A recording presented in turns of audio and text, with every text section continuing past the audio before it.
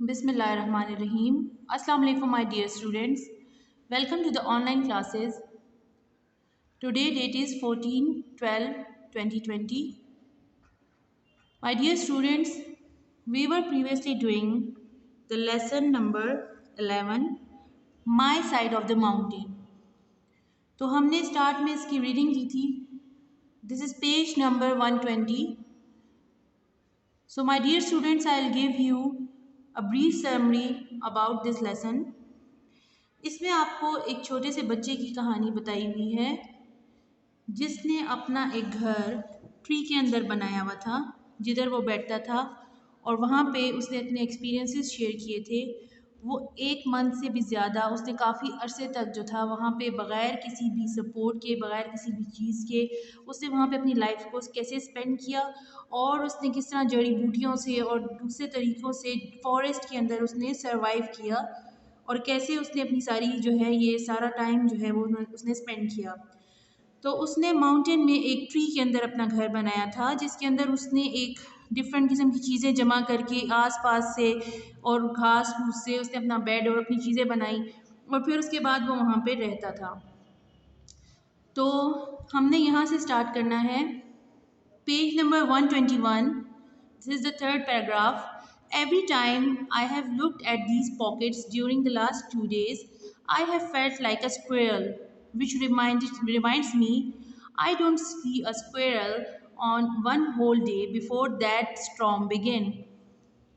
तो उसने अब ये पहले आपको बताया था कि मैं वहाँ पे अपने लिए सूप भी बनाता था, खाना बनाता था, कुछ मतलब चीज़ें जो थी वो उनसे इधर उधर से ये अपना खाना लेता था. और जैसे बाज़ दफ़ा ये ऐसे करता था कि इसके पास खाने के लिए कुछ नहीं होता था, कोई टर्टल पकड़ लेता था, उसको बॉयल करता था, उसका सूप बनाता था और उससे जो है वो खाना अपना खाता था.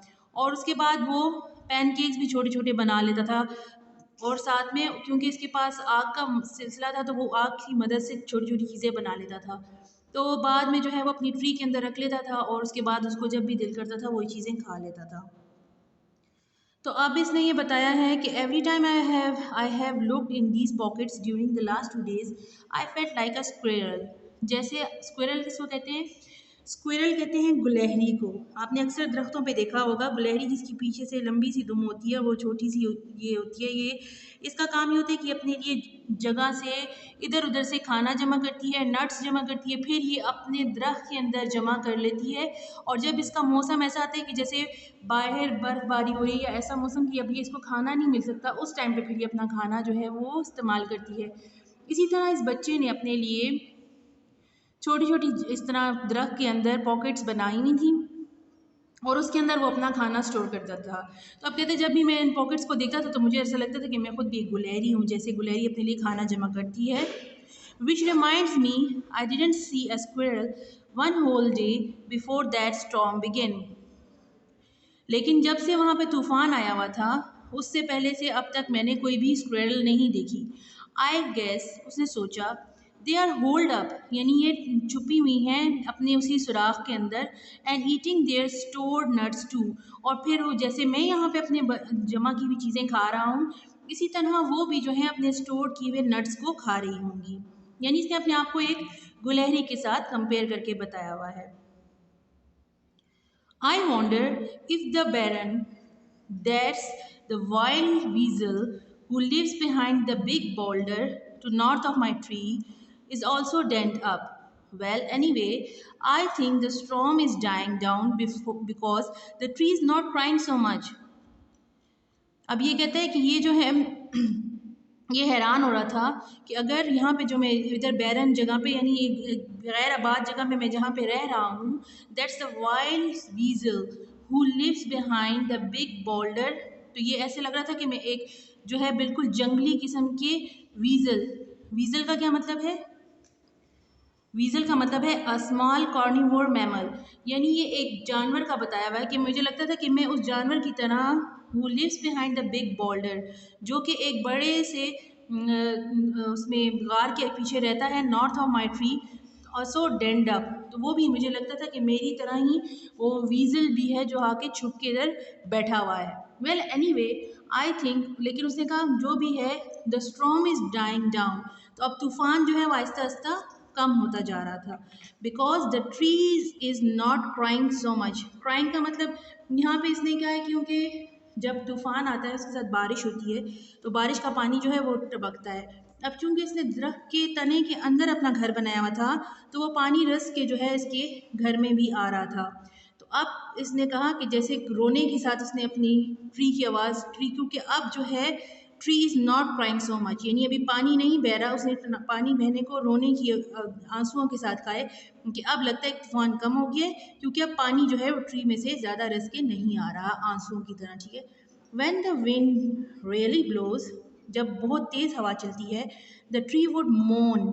मोन का मतलब है रोना, यानी जब वो बहुत तेज़ हवा चलती है तो trees moan right down to the roots which is where I am. तो उसको ऐसा लगता था कि जब ट्री जो है वो बहुत ज़्यादा हवा चलती है तो इस तरह रोने की तरह की उसको आवाज़ आती थी, क्योंकि उसमें आवाज़ गुजर के ऐसे आती थी नीचे उन जड़ों तक जहाँ पे इसने अपना ये घर बनाया हुआ था। ये देखिए आप इसको पिक्चर में आपको नज़र आ रहा है कि ये ट्री के अंदर इसने अपना घर बनाया हुआ है और इसमें ये इस तरह अपनी चीज़ें रख के बैठा हुआ है। फिर टुमारो यानी कल, I hope the baron and I can tunnel out into the sunlight. कहता है मुझे लगता है कि बैरन जो है और मैं एक दिन जो है वो इसने, बैरन किसका नाम है, बैरन उस मैमल का नाम है, वो जो वीज़ल था वो आके जो छुप के बैठा हुआ है एक जानवर का नाम है, तो कहता है उसका नाम इसने बैरन रखा हुआ था। तो उसने कहा लगता है कि मैं और बैरन जो हैं हम दोनों जो हैं इस टनल में से बाहर निकलेंगे जो हम पनाहगाह इधर बनाई हुई है, इनटू द सनलाइट। तो तूफान रुक जाएगा और धूप निकल आएगी, तो जब धूप निकलेगी तो हम बाहर निकल आएंगे। आई वॉन्डर, मैं हैरान था, if I should dig the snow, कि मैं आगे से थोड़ी सी स्नो किसको कहते हैं, बर्फ़ को, यानी बर्फ़ को मैं अगर थोड़ा सा खोद दूंगा तो मेरे लिए बाहर निकलने की जगह बन जाएगी, क्योंकि जाहिर बात है बर्फ़बारी हो रही है, बारिश हो रही है और उसके साथ साथ क्योंकि अब बहुत ज़्यादा ठंड है तो उसमें आखिर में जो है वो बर्फ़ जो है वो आ रही है, तो बर्फ़ जब गिरती है तो आहिस्ता आहिस्ता सारी जगह को कवर करना शुरू हो जाती है। तो उसको यही था कि मैं इसको थोड़ा सा खोद के बाहर निकलूँगा, but that would mean I have to put it somewhere and the only place to put it in my nice nug tree. तो कहते हैं खोदूंगा तो बर्फ़ को रखूँगा किधर, खामा मैं अपने इसी ट्री में ही कहीं रख दूँगा, क्योंकि बाहर निकलने के लिए हटाएगा बर्फ़ तो वो हटा के किधर रखेगा। तो maybe I can pack it with my hands as I go, तो हो सकता है मैं अपने हाथों से उसको पकड़ के तो साइड पे करूँ। I have always duck in to the snow from the top never up from the under. तो कहता है ऊपर से तो मैंने खूब आज तक बर्फ़ हटाई है, लेकिन क्योंकि मैं तो दरख्त के नीचे की तरफ रह रहा हूँ तो नीचे से मैं ऊपर की तरफ किस तरह निकलूँगा, कैसे ये इस बर्फ़ को हटाऊँगा, क्योंकि ज़ाहिर बात है वो तो खुद अंदर नीचे दबा हुआ है दरख्त में, तो ये जब खींच के बर्फ़ को अपनी तरफ करेगा तो खामखा अपने घर के अंदर ही वो बर्फ़ जमा होगी और उसके बाद आहिस्ता आहिस्ता वो खोद के बाहर की तरफ जाना शुरू होगा।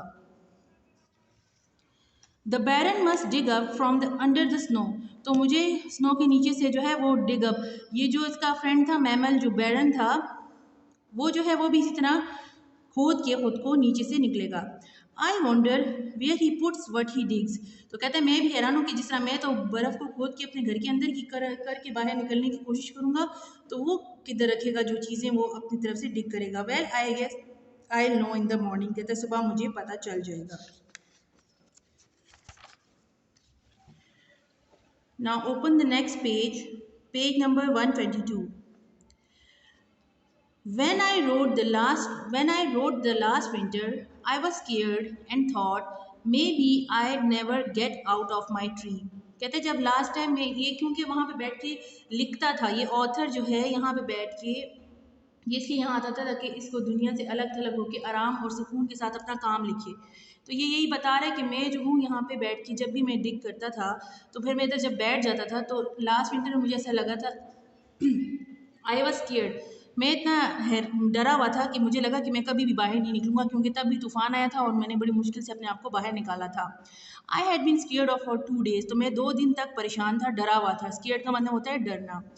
Even since the first blizzard hit the Catskill mountain, blizzard का मतलब होता है तूफान, यानी जब पहला तूफान हिट का मतलब उससे टकराया, किससे, कैटस्किल माउंटेन्स, ये वो पहाड़ है जहाँ पे ये बच्चा बैठ के अपना घर बना के इधर बैठा हुआ है। When I came up to the sunlight, और जब मैं रोशनी में आया सूरज की रोशनी में, which I did simply by poking my head, ताकि मैंने अपने सर को टकरा टकरा के सॉफ्ट वो स्नो यानी कि नरम नरम जहाँ जहाँ बर्फ़ थी उसको मैंने अपने सर के साथ पॉक करके, मतलब अपने सर के साथ टकराया आहिस्ता आहिस्ता और स्टैंडिंग अप और बाहर निकल आया। आई लाफ्ड एट माई फियर्स, और मैं हंस रहा था कि मैं तो ऐसे ही इतना डर रहा था, ऐसा कुछ भी नहीं था। So students, that's all for today.